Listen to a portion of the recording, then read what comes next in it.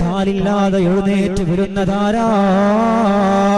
അല്ലാഹുവിന്റെ റസൂൽ സല്ലല്ലാഹു അലൈഹി വസല്ലമ തങ്ങളോട് മുആദ് റളിയല്ലാഹു തആല ചോദിക്കുകയാ, യാ റസൂലല്ലാഹ്, കൈയില്ലാതെ കാലില്ലാതെ എഴുന്നേറ്റ് വരുന്നതാരാ? അല്ലാഹുവിന്റെ മുത്തുനബി തങ്ങൾ പറഞ്ഞു കൊടുക്കുകയാ, അവരാരെന്നറിയുമോ? യുബദൂനൽ ജീറാൻ, അയൽവാസികളെ സങ്കടപ്പെടുത്തിയ ആളുകളാ, അയൽവാസികളെ ബുദ്ധിമുട്ടിച്ച ആളുകളാ. അവരുടെ മയ്യത്ത് ഖബർസ്ഥാനിന്റെ അകത്തോട്ട് ഇറക്കി വെക്കുമ്പോ കൈകളുണ്ട് ഉമ്മ, കാലുകളുണ്ട് സഹോദരാ.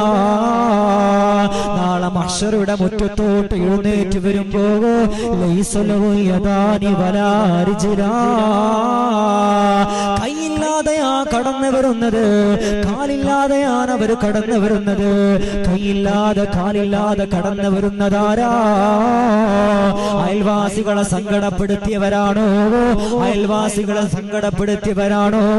അവരെ ബുദ്ധിമുട്ടിച്ചവരാണോ? എങ്കിലും ഉമ്മ നാളെ മഹ്ശറുടെ മുറ്റത്തോട്ട് കടന്നു വരുമ്പോ കൈയില്ലാതെ കാലില്ലാതെ കടന്നു വരുമെന്ന് നബി മുഹമ്മദ് മുസ്തഫ സല്ലല്ലാഹു അലൈഹി വസല്ലമ തങ്ങൾ പറഞ്ഞു തരുമ്പോ അല്ലാഹുവിന്റെ റസൂൽ സ്വഹാബത്തിനോട് പറഞ്ഞു കൊടുക്കുകയാ, അക്രിം ജാറക വലൗ കാന കാഫിറാ. എന്റെ പ്രിയപ്പെട്ട സ്വഹാബ, നിന്റെ അയൽവാസിയായ മനുഷ്യനുണ്ടല്ലോ, അവൻ കാഫിറാണെങ്കിൽ പോലും അവനെ നീ ബഹുമാനിക്കണേ എന്ന് നബി മുഹമ്മദ് മുസ്തഫ സല്ലല്ലാഹു അലൈഹി വസല്ലമ തങ്ങൾ പറഞ്ഞു തരുമ്പോ മാത്രമല്ല റസൂലുള്ളാഹി തങ്ങൾ പറയുകയാ, ഫൈദാ മരിദാ, നിന്റെ അയൽവാസി എങ്ങാനും രോഗിയായാൽ ഫമുത്തഹു,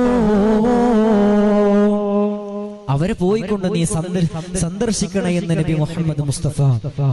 ഫൈദാ മരിദ, നിന്റെ തൊട്ടപ്പുറത്തുള്ള 40 വീടിന്റെ അടുത്തുള്ള അയൽവാസികൾ ആരെങ്കിലും രോഗികളായിക്കൊണ്ട് കിടന്നു കഴിഞ്ഞാൽ അവരെ പോയിക്കൊണ്ട് നീ സന്ദർശിക്കണം, അവരുടെ വിശേഷങ്ങൾ അവരുടെ വിവരണങ്ങൾ നീ അറിയണം എന്ന് നബി മുഹമ്മദ് മുസ്തഫ. നമ്മുടെ വീടിന്റെ അകത്തോട്ട് നമ്മുടെ മക്കൾക്ക് കൊടുക്കാൻ വേണ്ടി നമ്മൾ എന്ത് ചെയ്ത് കുറച്ച് പഴവർഗ്ഗങ്ങൾ വാങ്ങി, അതുണ്ടെങ്കിൽ പോലും ഉള്ളത് നമ്മുടെ അയൽവാസികൾക്ക്, നമ്മുടെ നെയ്ബേഴ്സിനെ നമ്മൾ പരിഗണിക്കണേ എന്ന് നബി മുഹമ്മദ് മുസ്തഫ സല്ലല്ലാഹു അലൈഹി വസല്ലമ തങ്ങൾ പറഞ്ഞു തരുക. ചെറിയ ചെറിയ പ്രശ്നത്തിന് വേണ്ടി എത്രയോ ആളുകളാണ് അയൽവാസികളോട് പിണങ്ങി കഴിയുന്ന ആളുകൾ. ഒരു റബ്ബർ ചാഞ്ഞതിന്റെ പേരിൽ, ഒരു വസ്തുവിന്റെ പേരിൽ, ഒരു റോഡിന്റെ തർക്കത്തിന് വേണ്ടി എത്രയോ